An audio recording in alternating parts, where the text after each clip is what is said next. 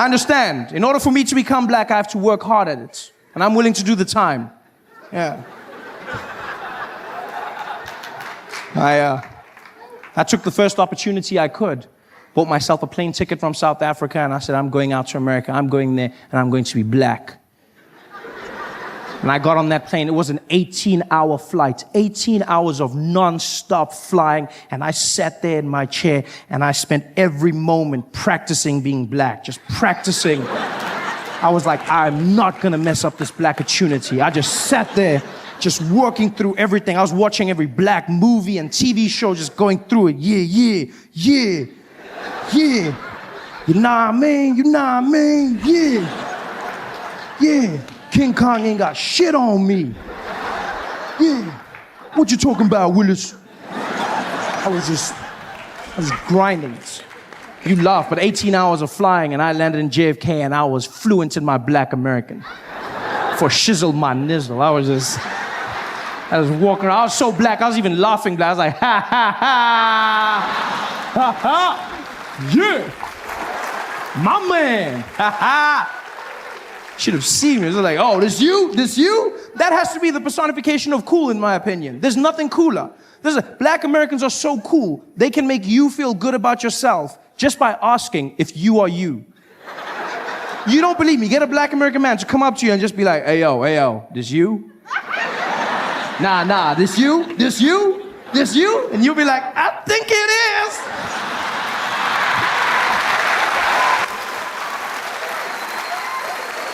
It's magic. I was that black. Not just any black, but the coolest black in the world, and that's American black. I can say this with confidence, being from Africa. I know black. I'm well versed in the arts of black. I'm from the black factory. I mean it. I've seen every kind of black, from light black all the way to like navy blue black. I know black. And there's no cooler black than American black. Nothing cooler, you know? Because American black people, I mean, you just look at how much they've done to influence modern day pop culture, you know? Small things and the big alike. You look at the music. You've got, jazz, hip hop, R&B, all black Americans, style of clothing, just this general swag that they've brought to everything. Even small things like walking. I mean, walking is such a mundane activity, isn't it? It's just very... There's nothing cool about this thing. You just move from one place to the next, and pretty much everybody can do it. This is it. There's nothing. And then black Americans came along, and then they just added in that bounce, and all of a sudden you look really cool. You just, you look like you have a purpose. You've just got that. Yeah, look at this. You're super cool. And it must be hard for an assassin to kill you. Just like. That's why if you look in American history, no black man was ever assassinated whilst walking, ever. So it was when they stopped and said something. Bang! That's when they were, because they got the walk. That's why if you look, Obama, every time he comes out of the jet or makes a speech, he's always just got that little bounce just before. Because in his head, he's like, you never know.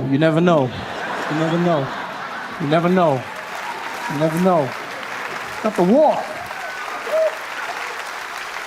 It's a cool walk. And by far, the coolest thing of all is the talk. I've listened to black Americans, and it's the most amazing use of the English language I've ever come across in my life. Because they pay no regard to punctuation whatsoever. Just cruise through sentences. It's fantastic.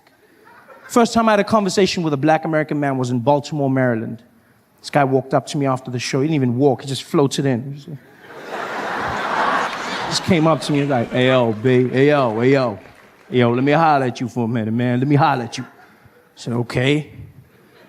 He's like, man, I ain't even gonna front, man. I ain't gonna front. I came out here, dude. I didn't even know who you was, man. I didn't even know. I was out here at the show. I bought my girl. We was out there. You came out there. You were doing your thing. I was like, yo, man, I didn't even know they goddamn yellow bones out there in the motherland, man. I was like, yo, this kid better be funny, man, but I ain't gonna lie. You came out there, you was keeping it coming, keeping it moving, you was just beasting. I was like, all right, man, maybe this kid is the truth, yeah? This kid was doing his thing, he was keeping it out there. I started laughing, my girl was killing herself. I was like, all right, this mofo got flow for show, you know what I mean?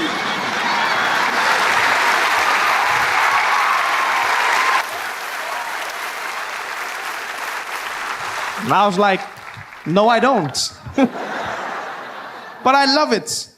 It's the most amazing use of English I've ever come across in my life. Just that one word alone. Just the strength of that. Nah mean. Do you know what I mean? You nah mean? It sums it all up, doesn't it? It's just, neither question nor statement. It's just, like, why have we been wasting our time with syllables for so long? I don't understand. It was a crazy day today, you know what I mean? Yo, that shit was crazy, you know what I mean? It just flows, it's magical. It says it all. I feel like I've wasted years of my life without nah mean. I wish I could go back in time and relive my favorite moments, watch my favorite movies again, seeing them bring to life. This is Sparta! Nah mean! Power. Just give it something, I want to take that word home with me, home to Africa. I hope and I pray that someday I have a daughter, just so I may name her Namin, No, because it sounds exotic and foreign. It has that thing to it. You'd be like, Trevor, who's that? Oh, this? Oh, it's my baby girl, Namin. It just has it, It's wonderful. Just go back. I bet even greats like Shakespeare would have loved to use that word. They say he invented more words than anyone, but not me. Oh, I bet he's in his grave going, I wish I had. You can see it on one of those great plays on the stages of Manchester and London. Theatre actors just walking out there with their big collars. Ah, yes, Prometheus, and hither doth he come. I am the son of a humble thespian. Nah, mean. That's the magic. That's what I was, man. I was that black. You should have seen me. Just walking around the airport, shouting random things. Brooklyn! I didn't even know where that was. I was super black. Till some guy came up to me and he was like, Oye, papi! Ya llegamos, Pecado conocemos! I said, what? He's like, yo, man, we made it, man, we made it. And now that we're here, our kind, we got to stick together, man.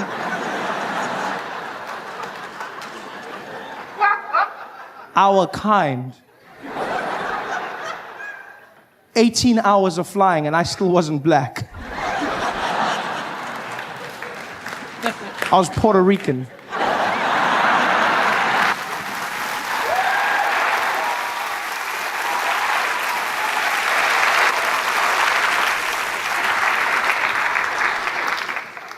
My dreams were dashed. And I thought it was a once-off, but it's not, Go around on the East Coast, places like Miami. Oh, that's the worst for me. Walk around the streets of Miami and I see people look exactly like me and, they see me, I see them. We give each other that look of home, like. Guys come up to me, they're like, hey, ¿qué pasó? ¿Qué para conocerlos? I'm like, whoa. Yo, I don't speak Spanish, man. Guy was like, what? You don't speak Spanish? I said, no, I don't. He's like, you should be ashamed of yourself. I said, no, I shouldn't be ashamed. It's not my culture. I'm actually South African. He's like, South African? Like you were born there? So yeah, my whole life. He's like, Africa? So yeah, he's like, Africa? I said, no, the one next to it. Yes, Africa. He's like, oh man, you don't look like you're from Africa, man. So what the hell is that supposed to mean? He's like, I don't know. You look like you grew up in the shade, man.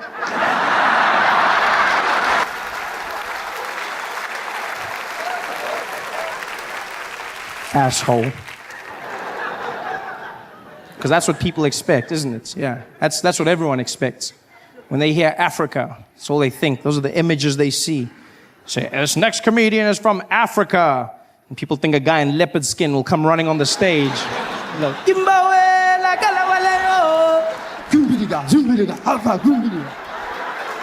Let me tell you monkey jokes. And it's not like that. It's not. I mean, I do have good monkey jokes, but that's not what I'm saying. That's not the point.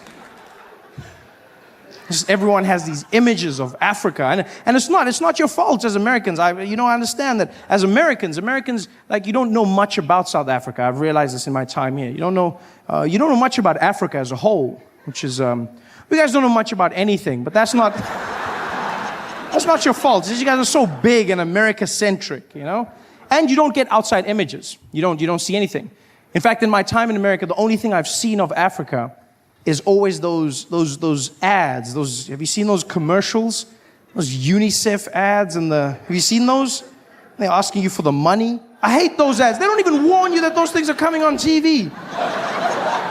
I'm sitting there enjoying myself, watching comedy shows, and the next thing you know, you just see this horrible village. It's just dirty, and there's old rusting buildings, and these sad black people, and I'm looking, I'm like, ooh, where is that? Cleveland?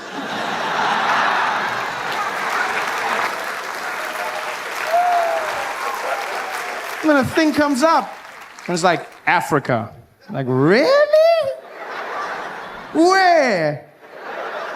And then they show you the starving people, and it's always the same. They've always got the starving look. They always do the pose. They've always got that, like, why haven't you called look? One by one. And they show you these people, and there's a starving mother and a starving child, and it's horrible. And then there's a celebrity. There's always, the most important thing is a celebrity who comes out. And they speak for them. That way we'll understand. And the one I saw was Penelope Cruz. She was the celebrity. She's beautiful. Oh, and she came out, and the starving mother and child were there, and Penelope came out. She was next. Well, she wasn't next to them. It was blue screen. But she wanted to be there. She walked out, she pointed, and she was like, this is Africa. Did you know every year more than 5 million children in Africa die of waterborne illnesses and diseases that could have been prevented? You can make a difference in this child's life. I know you're sitting at home, and like me, you're saying, "Ba Penelope, I'm so far. What can I do to help?" Well, I'm here to tell you, it's easier than you think. And it's a wonderful message, and she's beautiful. I'm really trying to pay attention to this, but for the life of me, I can't concentrate because I'm watching, and out of the corner of my eye, there's this fly that's just buzzing around. It's buzzing, and she's just ignoring it, and the fly is there on the eye. How does a fly sit on your eye? You see with the thing in the mouth, and I can't concentrate how do they get the fly there every single time? Can somebody tell me this? In every single ad, the fly is there, and it's always in exactly the same place for the entire ad. I can't get a fly to sit still in my kitchen for 4 seconds, and I sneak up really slowly, but they can get the fly to sit there every single time they film. I'm starting to think it's like a trick fly. It's a Hollywood fly, isn't it? One of those trained creatures from Disney. I know what those guys are capable of. I've seen Lassie. A trained fly. They probably got the fly on lockdown. They're ready. They get everybody together. They got the starving people. They're like, okay, we're ready to shoot. Where's the fly? Here, sir. Here, sir. Come on, boy. Get it. And stay. Action. Did you know every year more than 5 million children are starving?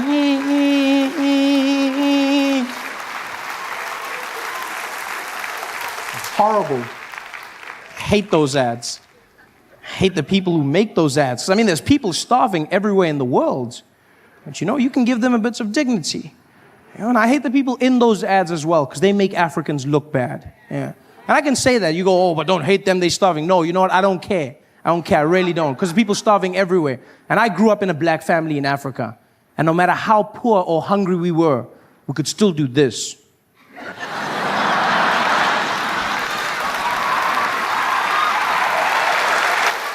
Didn't care. They were renegades. Yeah, mavericks. My mom was a true maverick. She was like, ooh, I'm going to get a white man. Shoo. And then my dad was obviously, well, you know how the Swiss love chocolate.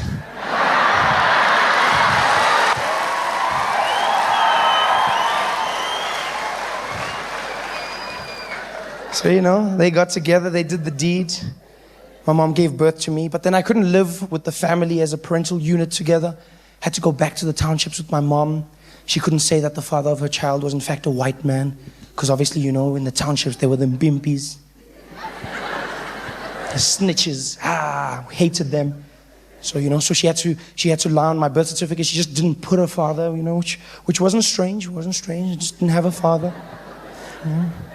Like, I mean, it's not like I was the only black kid in the township going, I don't know who he is. Yeah. It wasn't strange at all. But she didn't say anything to anybody. So everybody just drew their own conclusions, you know, everyone in the townships, which is not such a great idea, because when people's imaginations are let loose, you'll be surprised at what they come up with. Because people did not put one and one together with me. In fact, when I came home, people in the township, in fact, assumed that I was an albino. Oh, you laugh, but it wasn't funny. I was even told when my mom brought me home, at least my family loved me, you know, walked me into the house, there I was, little baby wrapped in a blanket. My grandmother came and she was, "Ow, you shame. Ow. Ooh, you little Alpi. No, faghi umbrella, cosa c'è? Faghi umbrella. Faghi umbrella. Yeah, ne? But my family treated me very normal, they really did. It was the people around me that were different. In Orlando East, you know, there was this whole mystic vibe to me all of a sudden.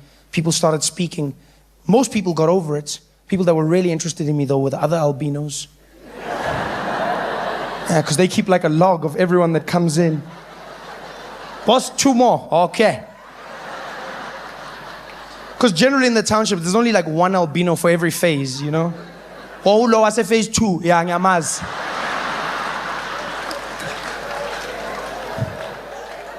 Ticks them off on the list. So when I came into the picture, they're like, "Oh, boss, there's another one." Everything was cool. Till I started getting older. And they started noticing a few differences, you know? Especially when my hair grew black. And there was a furore. Everyone was just like, "Oh, boss, have you seen him?" People were like, "No, it's not possible." Started following me around. When my mom would walk with me to the taxi rank, they would be there creeping behind us. Check, check, check, check, check, check, check, check, check. I'd always turn around, they'd act natural.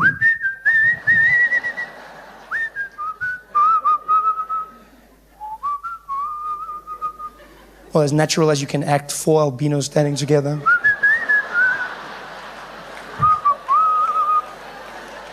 They had their meetings, you know, there they were. Their groups, and they were talking about it. No, before anything else, gents, have you heard?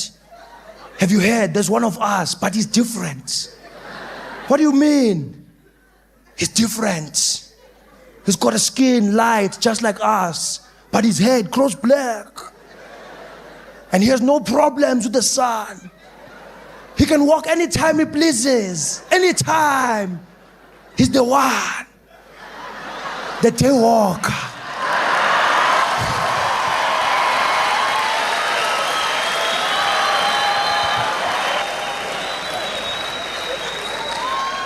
And the guys were obviously there. You're lying, there's no such thing. I'm telling you, I'd never lie. And then one day when I was old enough, they approached me. They came up to me, you know. As I was walking for my first time, I was off to the bottle store for my uncle, you know. As you get old enough to walk, that's when your uncle sends you. Everyone else in the family is happy. He's walking. Uncle is like, yeah, sengizokthuma manje. Hamba ke. Thenga amakhota ay-4. Yeah, thatha nama-empty. Hamba. And I was there walking to the shops with the bottles, and I was carrying them, you know. And then I traded in one of the bottles, got myself an ice, and I had the ice, and the bottles. And these guys came out, and they're like, "Show 'em, Fana." Hey guys, we couldn't help noticing a man of your stature. Thank you. You know, we've had our eye on you for quite a while, young one. And we see potential in your eyes. Who's we? Oh, forgive me. Let me introduce myself. My name is Pacino, and we are the glow-in-the-darks.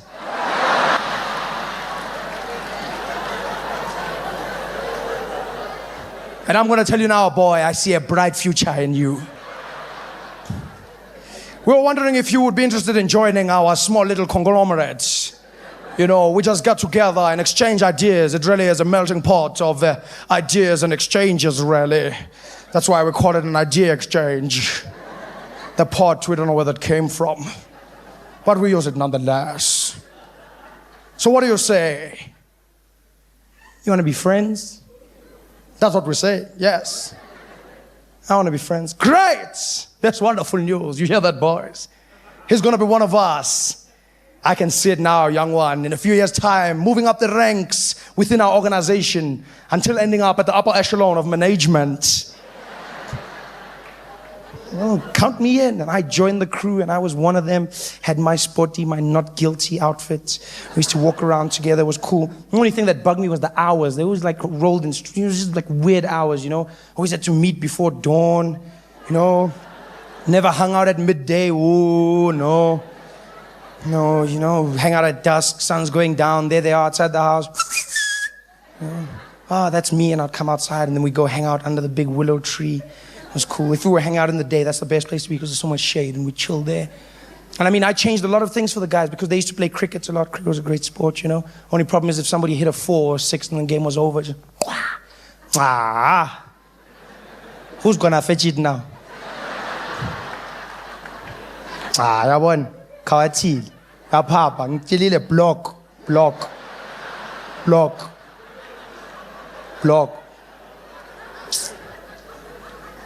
Then how was that guy? Was running, getting the ball. Yeah! That guy, you know, having a good time.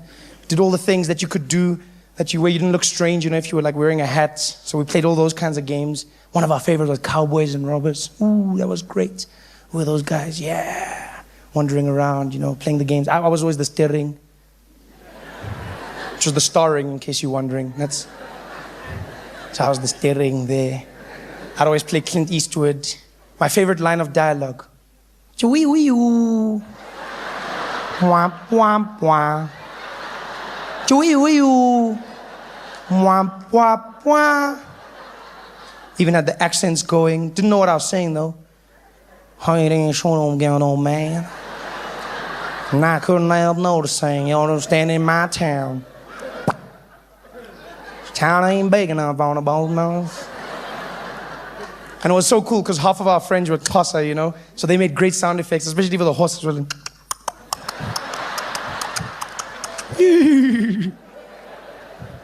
Unfortunately, their gift was a curse because they'd always mess up the dialogue. We'd have cool scenes with the gun battle, standing there, wee wee woo, womp womp womp. And like Snowflake, he was the smallest. He'd always play the tumbleweed.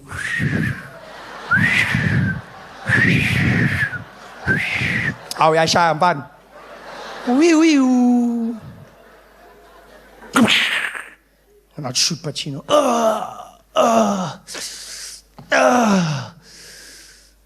Skin on shit, my man, shit, man. Shmang. I'd be like, oh man, I didn't want to have to do this to you, brother. What do I tell your mother? Be like, oh, tell my mother, my mother. Oh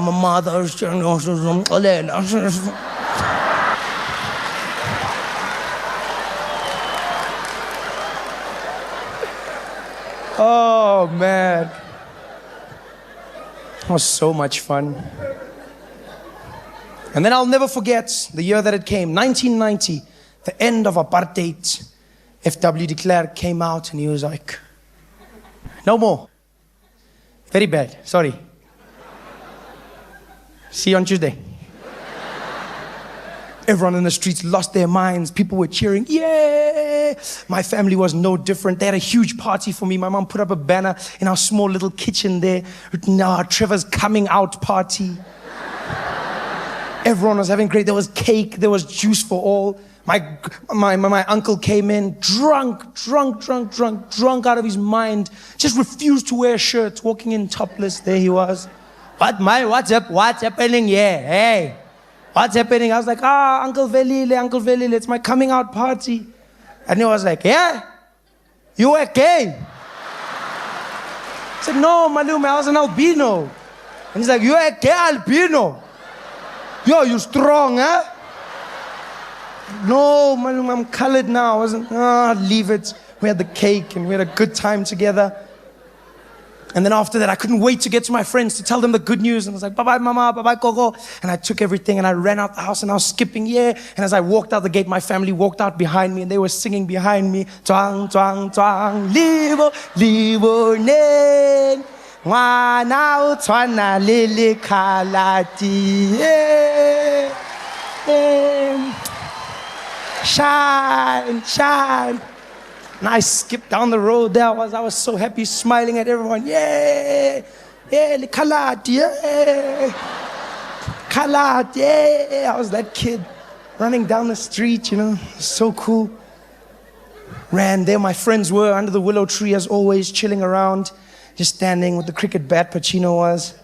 Yeah, the ball was there on the side of the road. I was watching it, hungry eyes. I ran there, I was like, hey, gents, God, DW. Yeah, I'll land the ball, and I took the ball and I came running with it. Yeah, and I was like, guys, I've got good news. And they were like, what is it? And I realized I wasn't an albino anymore. So I couldn't be part of, you know. What is it, DW? What's eating you up? I said, oh, wow. I've got bad news, guys. Bad news, what happened? It's like, it's really bad. Snowflake was like, yo, global warming. Like, no, it's worse than that. But you know, was like, yo, Nivea is out of stock again. Damn it. It's like, no, guys, no. No, it's nothing to do with that. It's nothing to do with that, guys. It's just, I don't know how to tell you this, but I'm not an albino.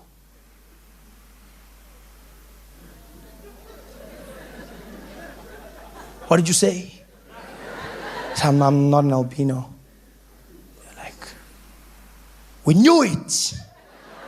We knew it. I was like, you knew? Of course we knew. We knew, TW, we knew. We're all not albinos. We're people. Viva TW, viva! Hey, hey, hey, hey, hey, hey. Hey guys, thanks for watching. Make sure to subscribe to my channel so you can win cool prizes. And by prizes, I mean surprise. There's no prizes. It's a free YouTube video, you greedy.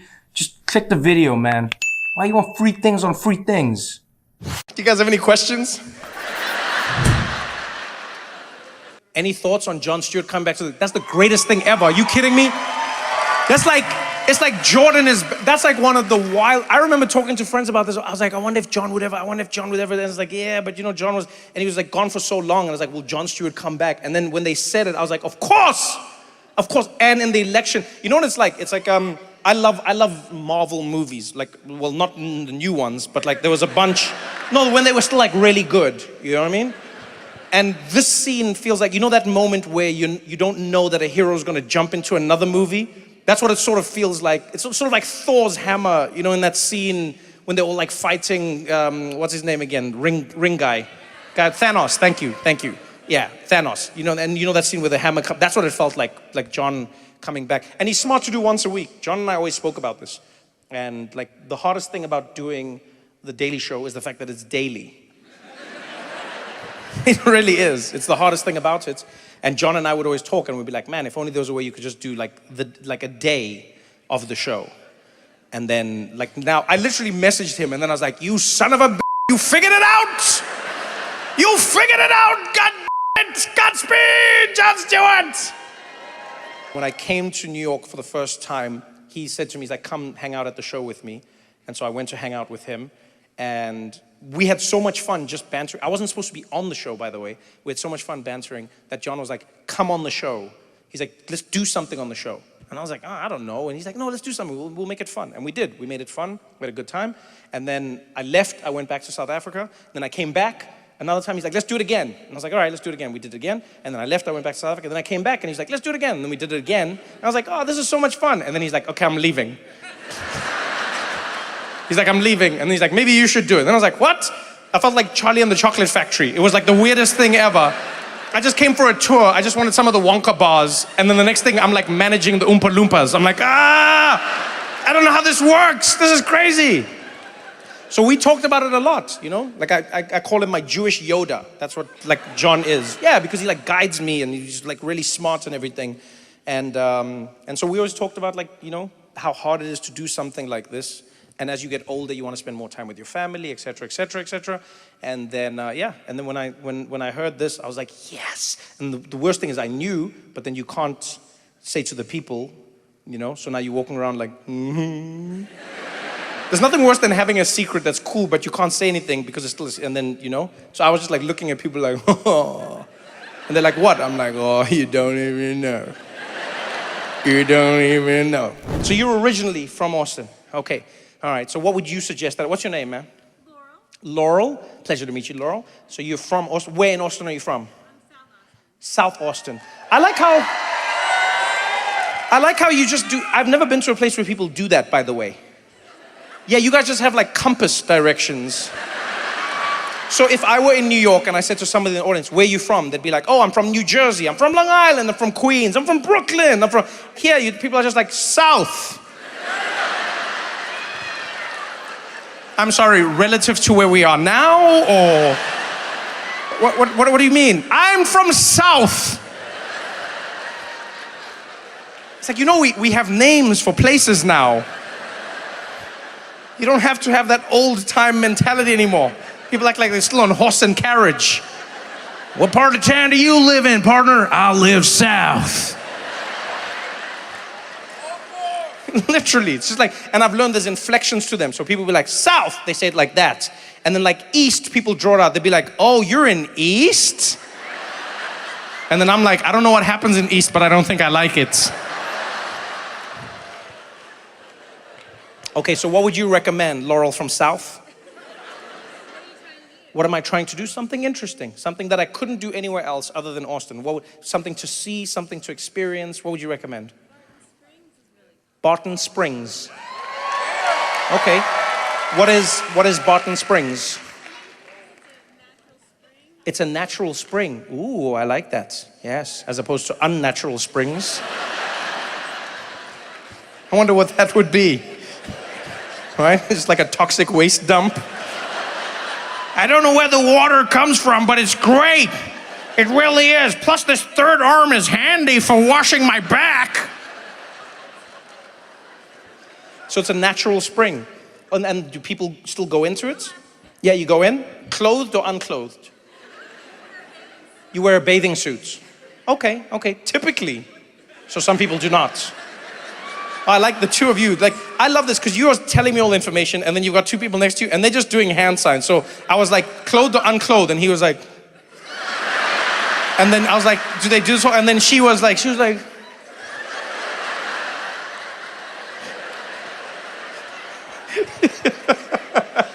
okay. Okay, so it depends on, all right. Does it depend on the day? Are there like more nude people on certain days, or? It just depends on me, like me as Trevor, like if I'm there, then it changes? Oh, just as a person. Oh, I thought you were like, Trevor, you have the power. Oh, that would have been exciting. I would have been there tomorrow like, hey, take that shit off. Laurel says so. Okay, I'm gonna Barton Springs. I will do that. Is it open every day? Do you pay to go into it, or is it just like a, you do, you pay, and then if I say I'm from Austin, I'll get in cheaper. Okay. I like how confident you just said that. So you're like, just say you're from Austin, get in cheaper. I think something would give me away, sir. Something would give, they'd be like, you're from Austin? I'd be like, yes. Can you not tell by my accent? They'd be like, what part of Austin are you from? I'd be like, very south. Very, very south.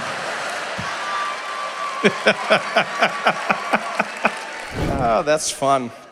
I like that suggestion, Laurel. All right. So you're originally from here. Who's this gentleman next to you? This is my boyfriend, Benjamin. This is your boyfriend, Benjamin. Hey, how you doing, boyfriend, Benjamin?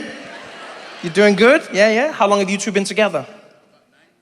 About 9 years. Ooh, I like that. You still got like that cozy thing. You've got your bodies mirroring each other. You both got your legs at the same angle, smiling, having fun. Oh, this is good. Where are you from originally, Benjamin? Kingsville, Texas. Oh, you got a fan. One fan. Why did you want to live in Austin, Texas? What was it about Austin, Texas that Kingsville didn't give you? Every thing.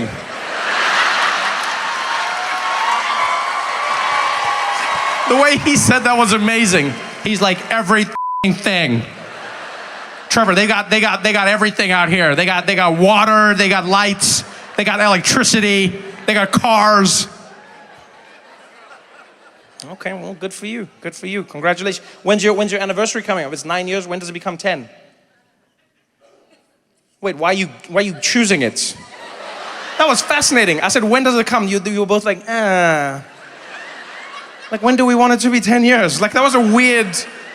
You were so I said, how long have you been together? You were both like, 9 years. And then I said, when is the 10th? And you were like, Is there gonna be a 10? How does 10 work? What is that? What was that delay? You don't really know? What do you mean you don't really know? You don't really know when 10 comes? What? We're never quite sure upon the date. Oh, you're never sure about the date. Okay, I understand. Oh, I thought you were just like, we're not sure in general. Okay, I was like, this is more conversation for therapy than comedy. Okay, you're not sure about, but is there a month that you celebrate? December. So 10 years would be December. Oh, so you just got to 9. Okay, congrats. Do you have anything planned for, like, is there a way you celebrate the anniversary that isn't on a specific day? I mean, that is a lot of fun, because, like, you can never forget it. That is cool. Like, any day in December, you can just turn around and be like, happy anniversary. That's a pretty cool way to do it, actually, you know? You've got 31 days, Benjamin. 31 days. That's a good, like, hit rate. You know what I mean? And there's days that remind you as well. Like when you see Santa, you're like, oh shit, Laurel. Hey, honey. Next one's gonna be butt stuff. Next one's gonna be? Next one's gonna be butt stuff. Butt stuff?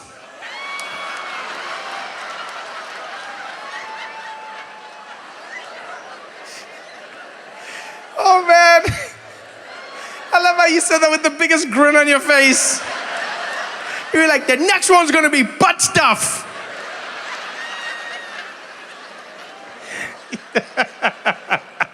Butt stuff. Oh, that's cool, Benjamin. I like how excited you are for that, Benjamin. You really are. So Laurel's just gonna be there butt stuffing you. You'll be like...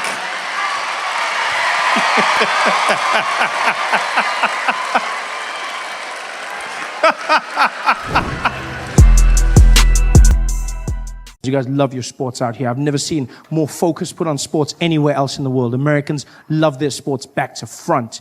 You analyze them, you worship them, you watch the game before the game, you watch the game after the game.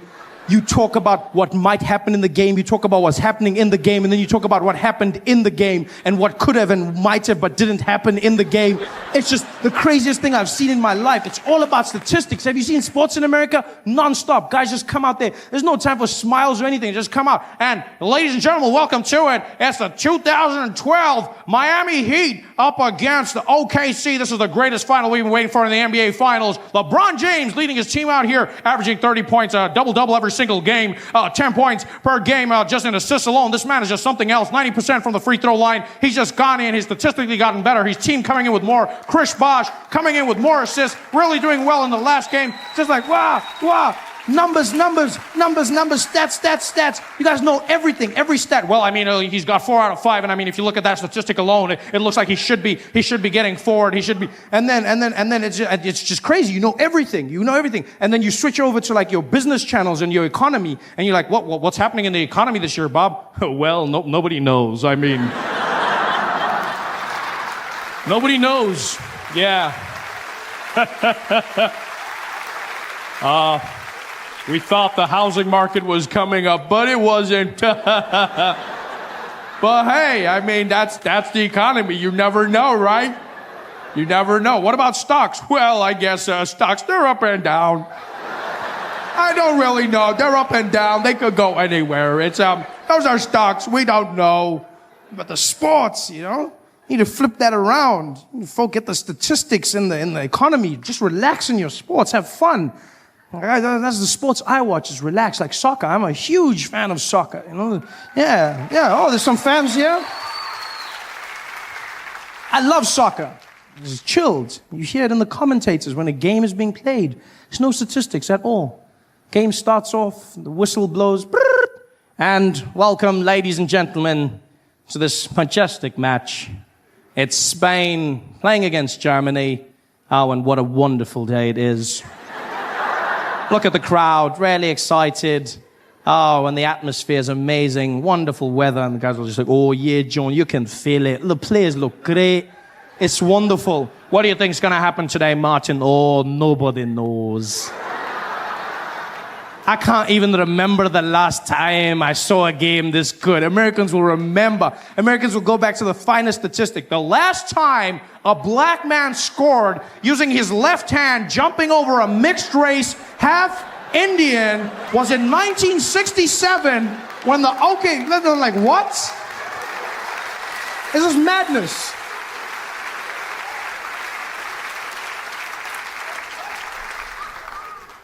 It's all about action in the sports as well, you know? As much action as possible. That's all about action in America.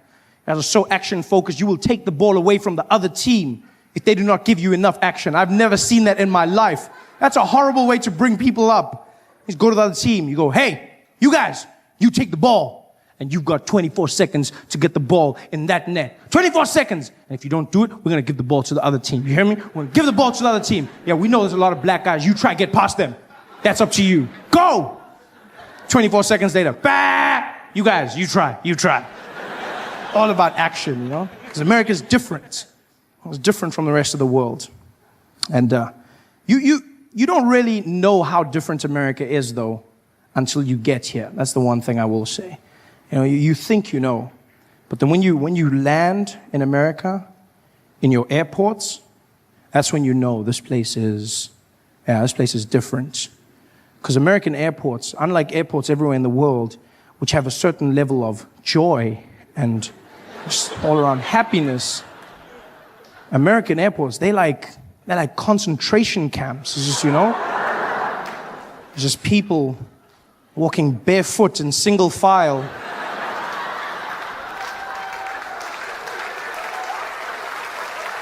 Oh, it's no joke. There's even signs that say, no jokes. You know, and you're like, really? It's just insane. You walk through those airports and you have to do things in American airports you don't do anywhere else in the world, you know? Like you have to take your shoes off. Your shoes come off. And you don't know this as a foreigner, but they don't care. They're like, yo, take your shoes off. I'm like, my what? Your shoes, take them off. Like, why? For safety, sir. I'm like, I'm keeping them on for your safety, my friend. You don't do this anywhere. I remember flying into Dubai one year, and as we get into the airport, this woman, an American woman, started taking off her shoes and those guys. I mean, you must understand, when you're in the Middle East as a woman, you're already a sin. And now to be taking your clothes off in public, these guys lost their mind. They were just like, Hillary, what are you doing? What are you doing? Yo, what are you doing? She's like, I'm taking my clothes off. They're like, no, what are you doing? She's like, I'm taking them off. Why are you taking your clothes off? She's like, so the machine works. She's like, no, this is a machine, not your husband. You don't need to get naked. Put your clothes on and walk through, you whore. You don't do it anywhere else. But then you come out here, you have to take off your shoes and you have to take your jacket off to walk through the metal detector. And they are mean about it. They will shout to you. They're like, you, take it off. And you don't know what to take off. You don't take it off anywhere else, so you don't know what to take off. They're like, you, take it off. Take what off? Take it off, sir. Take what off? Take it off now. What? Your clothes. Take them. My clothes? And now you're standing there, this man shouting at you, telling you to take your clothes off. You feel like a child in a Catholic church. It's horrible. It's just, you're just standing there. I mean, I understand the need for security, but they don't need to shout at you. At least, if they tried to be nice, maybe if they chanted instead of shouting, instead of take it off, if they were like, take it off, you'd be like, yeah, woo, security, safe and sexy. They don't. This is a harrowing experience as you come in. And the worst is when you have to go through passport control. Oh, as Americans, you don't feel the pain. But as a foreigner, it's a whole different game. As Americans, you walk through to the U.S. citizens line. And they welcome you back. Like you on some secret mission. And you're just like, welcome home, sir. You know? When you're a foreigner, you have to wait in a super long line, you know, and then they tease you. The line goes right to the front, and then it comes back, and it comes back, and you finally get there, and you have to wait for that, and, you know, and they're standing there, and the guys are like, sir, come on, sir, step forward, step forward, sir, step forward, forward, and forward, back, behind the line, sir, back, get back, sir, get back. And, you know, it's a stress. You're standing there, and now you have to answer questions. Horrible, like you don't understand. It's the stress, you know. You're standing there and you don't want to get any of the questions wrong, because just like school, they'll send you back. So you stand there and you have to answer them into a microphone that's placed strategically low, almost so that you have to bow to the American as you answer every question of his. I ask you these questions you feel like you know the answers to, but when you're there, I mean, I just handed the man my passport, to which he replied, "Is this you?" Never before have I felt so much pressure to look like myself. I was like, I was younger then. It's horrible. And then he starts rattling them off. It's your first time in the United States of America, sir? Yes. Your first time, sir, is that correct? Yes. Sir, what is the duration of your visit out here? I'm going to be here for 6 months. 6 months, sir? Is that correct?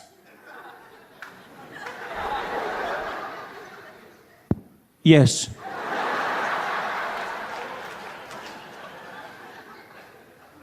Sir, what is the purpose of your visit in the United States of America? I'm here for holiday. Holiday, sir? Yes. Which one? My one. Could you elaborate, sir? Holiday. Yeah, what do you mean holiday, sir? You know, like holiday, like, woo, woo, woo. Yeah, holiday. Woo, yeah. Holiday.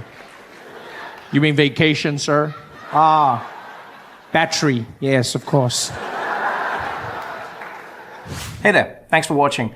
Now, all I need you to do is click on that little circle on your screen. Yeah, that one. Oh, yeah, just like that. Hold on.